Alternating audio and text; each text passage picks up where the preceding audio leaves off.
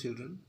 Our today's tutorial is again associated with the Python program on the functions basically and the arguments, and we'll be going through the different important issues and concepts associated with the Python program. So start with the main. As we all know that every programming language has a special function defined in it, which is automatically executed or called by the interpreter, so that the rest of the functions defined in the program they could be executed. So when we talk about Python, it's a point of execution, we can say, from where the various statements are executed. So that's what about man. It's a very special function and it is there in every programming language. We can check the value or we can print the value of hash or underscore name underscore. If we print the value of this variable, we will get man as the output. Let's see next what is that. So in Python program there will be modules. These are important to support a set of functions called in program. If we need some functions to be used in the program for different purposes, might be related to calculations, might be related to strings, then the relevant modules needs to be imported in our program. And next is, let's see, the def. It's a keyword. Basically it is used to define various functions by the programmer or by the user in any program. You can see the syntax also.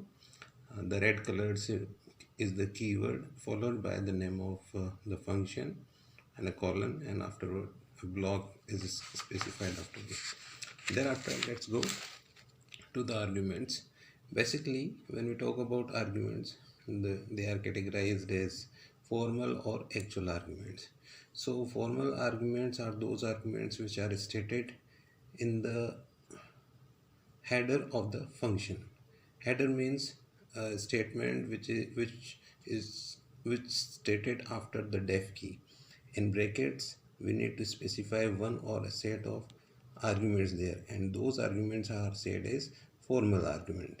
This is because of the reason also, because they form the definition of the function. That's why they are said as formal arguments. If we go on next move, then similar to formal arguments, this is one example being given. A function has been defined and that's a block associated. Every function has a block.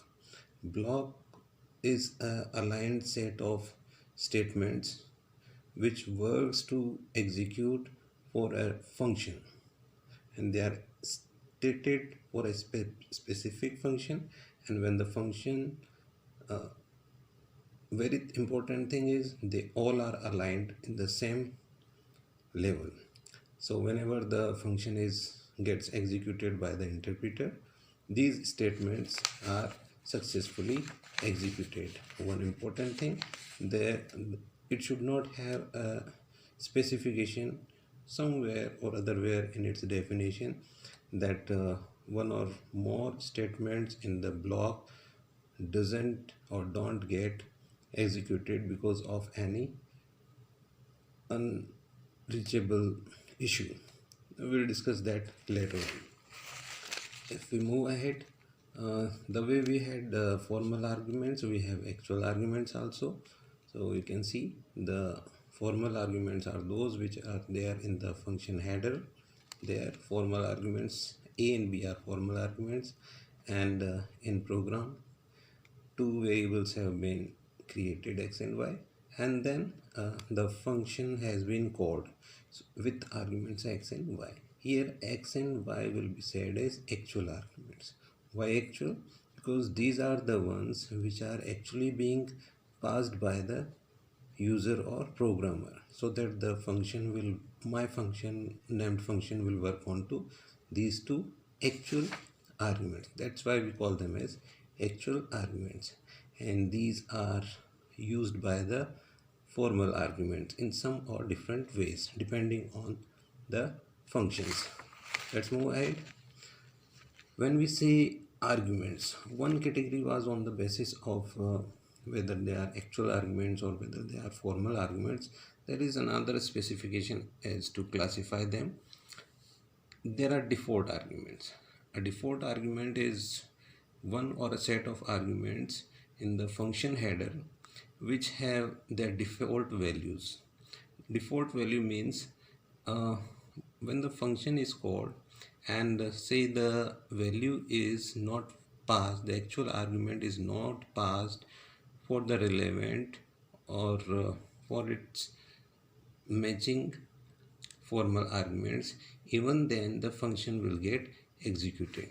If we see this one in this program, there are two formal arguments p and q. Their q is 10. It's a default argument, and when we call it, we can call it in two different ways. One is, you can see here my function xy, there are two arguments passed here. So what will happen? P will get the value of x and q will get the value of y. So it will work. Or we can call it in another way also, my function x. Now only one argument has been passed. So what will happen? The second argument will be used from the default. That q will be used specified in the function header. So that's what about default arguments. We have some rules associated with default arguments. We have already discussed them. And the next category is keyword arguments. Now this is very important. Whenever we talk about actual and formal arguments, there are certain parameters which interpreter or rules which interpreter use. Means as the number of actual argument must match with the number of formal argument. Similarly, there is an order of this match also. So what the order is, if the actual argument, the first actual argument is integer, the first formal argument is integer, the first actual argument must also be integer. Similarly for the rest. Now what about keyword arguments? These are also said as named arguments, and they allows the user to call the function without any restriction of this order or sequence of argument. Means while calling the function, especially you can see here we will be calling, and these are two arguments stated here, and these are formal arguments. So when we are calling them here, we are specifying the name of the formal arguments, and the formal arguments are used in turn for actual ones. We have actual arguments, but the difference with other categories is that here the name of actual argument itself is from the formal category list. So there was a formal argument named as name, and the same argument has been used in the actual category while calling the function and being passed with value. So what will happen? The same value will be used by the formal argument name while executing the new function, and the second value 23, it will be passed to the second argument which is left. Similarly, so that means we need not to bother about the order here. The next is again a call to it, and both are here again named or keyword arguments. We have used the names of two formal arguments as actual arguments to call the function, and it will work successfully. The next is variable length arguments. Now variable length arguments means their use preferred when we are not or the programmer is not confirmed about as how many exact number of arguments could be passed while making use of the function, and it's about user defined function. The next is, if it is, then what the user should do about the user defined function.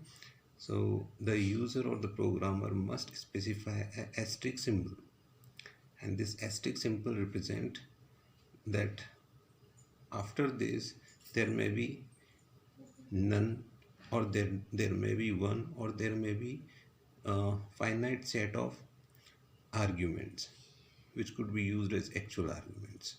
So we'll be trying to understand this with the help of an example here. A function has been defined, this show data function. This is one fixed formal argument, and this is star variable. Now this star says asterisk symbol that there might not be any argument, there might be one argument, there might be two, and so on, where while calling the function. So here when we called the function, we passed one argument, so this first argument will work for 20, will be used by the first formal argument. Now there is no other actual argument, so it will work because we have stated other set as the variable length argument list. In the second function call, there are three arguments. So first argument will be used for the first actual argument, the rest two will be considered for the variable list, and again the show data function will get successfully executed here.